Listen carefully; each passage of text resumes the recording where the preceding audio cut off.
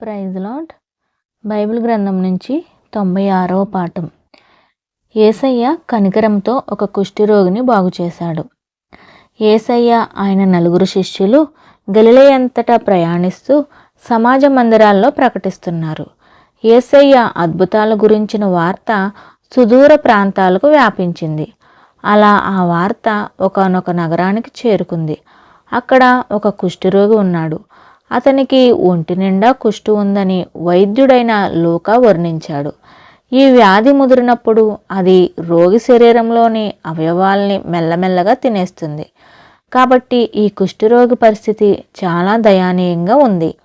అతను వేరే వాళ్లకు దూరంగా బ్రతకాలి. అంతేకాదు, ప్రజలు ఎవరైనా తనకు దగ్గరలో ఉంటే వాళ్లకు కూడా ఆ వ్యాధి సోకకుండా ఉండేలా అతను అపవిత్రుణ్ణి అని అరవాలి. మరి ఇప్పుడు ఆ కుష్ఠరోగి ఏం చేస్తాడు? అతను యేసయ్య దగ్గరికి వచ్చి సాగిలపడి, ప్రభువా, నీకిష్టమైతే నన్ను శుద్ధుడిగా చేయగలవు అని వేడుకున్నాడు. అతనికి యేసు మీద ఎంత విశ్వాసం ఉందో కదా. చాలా దయానీయమైన స్థితిలో ఉన్న అతన్ని చూసి యేసయ్య ఏం చేశాడు? అక్కడ మీరు ఉంటే ఏం చేసేవాళ్ళు? యేసయ్య కనికరంతో చలించిపోయి తన చెయ్యి చాపి అతన్ని ముట్టుకున్నాడు. అతనితో, నాకు ఇష్టమే, శుద్ధుడివి అవ్వు అన్నాడు. వెంటనే అతని రోగం మాయమైపోయింది. నమ్మడానికి కష్టంగా ఉన్నా అది నిజం. యేసయ్య లాంటి సమర్థుడు, కనికరం గల వ్యక్తి పరిపాలిస్తే బాగుంటుందని మీకు అనిపిస్తుందా? యేసయ్య కుష్ఠరోగిని బాగు చేసిన విధానం చూస్తే భవిష్యత్తులో ఆయన రాజుగా భూమంతటిని పరిపాలించేటప్పుడు ఈ ప్రవచనం నెరవేరుతుందనే నమ్మకం కలుగుతుంది. దీనుల మీద కీర్తనల గ్రంథము 72వ అధ్యాయము 13వ వచనము.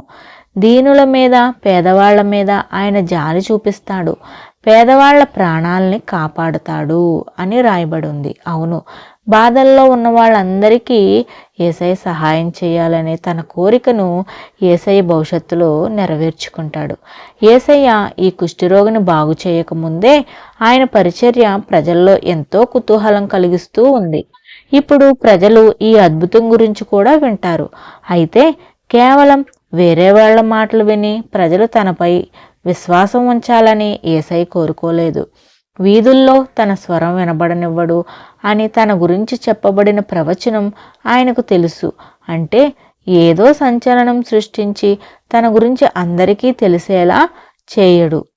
అందుకే ఆ కుష్ఠరోగిని బాగు చేశాక యేసయ్య ఇలా ఆజ్ఞాపించాడు, జాగ్రత్త, ఈ విషయం ఎవరికీ చెప్పకు. అయితే వెళ్ళి యాజకునికి కనిపించి మోషే ధర్మశాస్త్రం నియమించిన కానుకను అర్పించు అన్నాడు. తాను బాగైనందుకు ఆ కుష్ఠరోగి ఎంత సంతోషించాడంటే అతను జరిగిన దాన్ని వేరే వాళ్లకు చెప్పకుండా ఉండలేకపోయాడు. వెంటనే వెళ్ళి అన్ని చోట్ల దాని గురించి చెప్పాడు. దానివల్ల ప్రజల్లో ఆసక్తి, కుతూహలం ఇంకా పెరిగాయి. ఎంతగా అంటే యేసయ్య ఇక బహిరంగంగా నగరంలో తిరగలేకపోయాడు. కాబట్టి కొంతకాలం ఆయన ఎవరూ లేని ప్రాంతాల్లో ఉన్నాడు. అయినా ఆయన బోధలు వినడానికి, రోగాల్ని నయం చేయించుకోవడానికి ప్రజలు అన్ని చోట్ల నుండి ఆయన దగ్గరికి వస్తూ ఉన్నారు. విన్నారు కదా. ఇంతటితో ఈ పాఠం పూర్తయింది. మరి యేసయ్య మన విమోచకుడు, మన రాజు, మన రక్షకుడు. మనకి రక్షణగా దేవుడు యేసయ్యను పంపించారు. దేవుని కుమారుడు యేసుప్రభుల వారు మరణం అనే శాపం నుంచి విడిపించడానికి యేసయ్యను దేవుడు పంపించాడు. దేవుడు పంపించిన రాజు, దావీదు సింహాసనాన్ని దేవుడు స్థిరపరుస్తానన్నాడు. మరి దావీదు వంశంలోంచి యేసుప్రభుల వారు వచ్చారనమాట. యేసయ్య మరి ఎంతోమంది రోగుల్ని స్వస్థపరిచారు. దేవుని మాట ఏంటో తెలియజేసి ఎంతోమంది హృదయాలకు నెమ్మదిని, తృప్తిని ఇచ్చాడు. యేసయ్య మాటను బట్టి ఎంతోమంది తృప్తి పొందుకున్నారనమాట. సువార్త ప్రకటించడం జరిగింది. ఆ మంచి వార్తను విన్నప్పుడు, దేవుడు ఇవ్వబోతున్న రాజ్యం గురించి విన్నప్పుడు ఎంతోమంది తృప్తి పొందారు. ఎంతోమంది యేసయ్యను వెంబడించారు. ఎంతోమంది రక్షించబడ్డారనమాట. కాబట్టి యేసయ్యే నా రక్షకుడు, నా విమోచకుడు అని నమ్మాలి. యేసయ్య మార్గంలో నడుచుకోవాలి. యేసయ్య మాట మాత్రం సెలవిస్తే చాలు. ప్రతి రోగి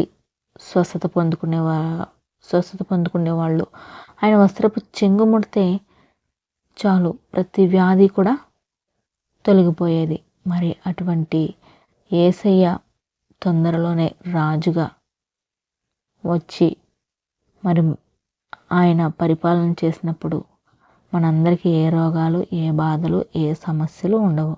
అందుకనే యేసయ్య రాకడ తొందరగా రావాలని మనం ప్రార్థన చేసుకోవాలి.